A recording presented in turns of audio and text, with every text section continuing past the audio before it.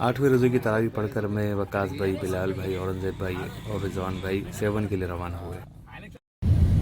ये मेरा रास्ते में हूँ। आप मुझे वो वाली बात बताएं, नंबर वाली जो अपनी कि ना जब आप एक्सेप्ट करोगे जामशोर के पुल से गुजरे।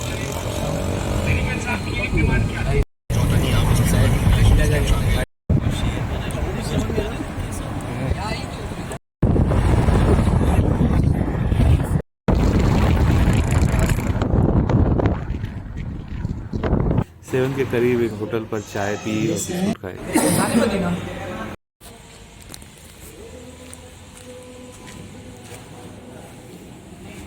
सेवन फैज़ान मदीना में भी हाज़िरी दी और उसमें कुछ देर क़याम किया, आराम किया।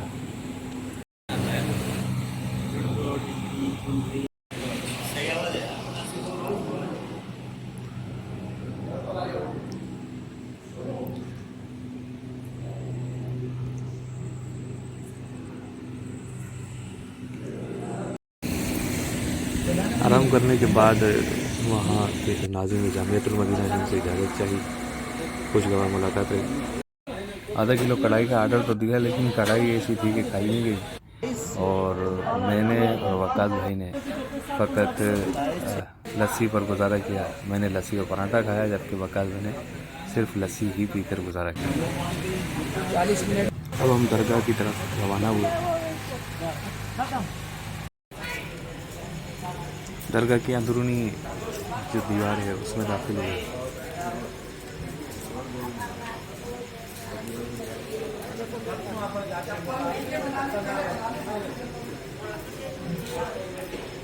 चेकिंग के मरहले से फारिग होने के बाद अंदर की तरफ रवाना हुए और बिल आखिर हम मज़ार के अंदरूनी शहर में पहुंच ही गए।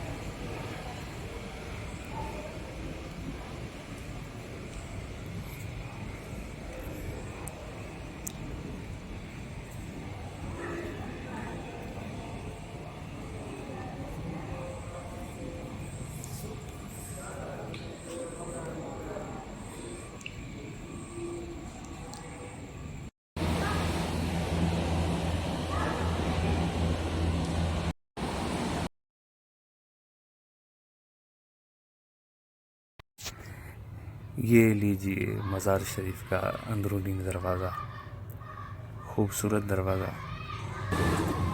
ज़ियारत कर लीजिए। दरबार शरीफ में बैठकर हम सब ने अपने अपने अंदाज में फातिहा खानी की।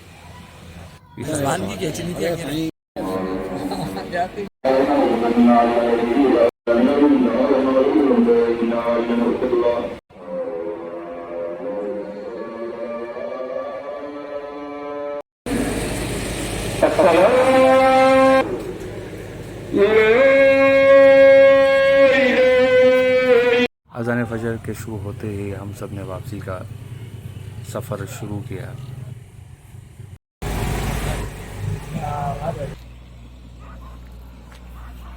रास्ते में एक पेट्रोल पंप पर उतर कर नमाज फजर अदा की, कुछ देर आराम किया।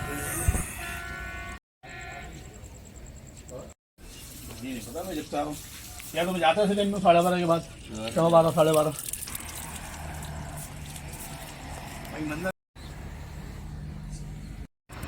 नमाज फजर पढ़कर जब कुछ उजाला हुआ तो हमने वापसी का सफ़र दोबारा शुरू किया।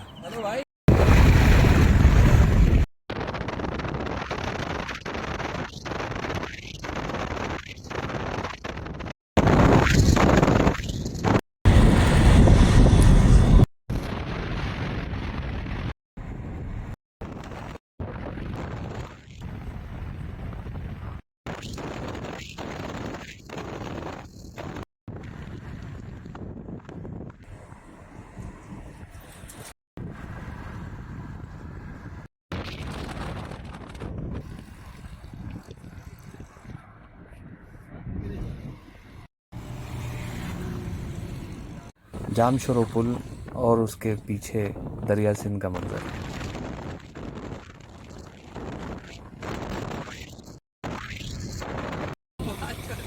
बिल आखिर लतीफ़ाबाद पहुँच गए।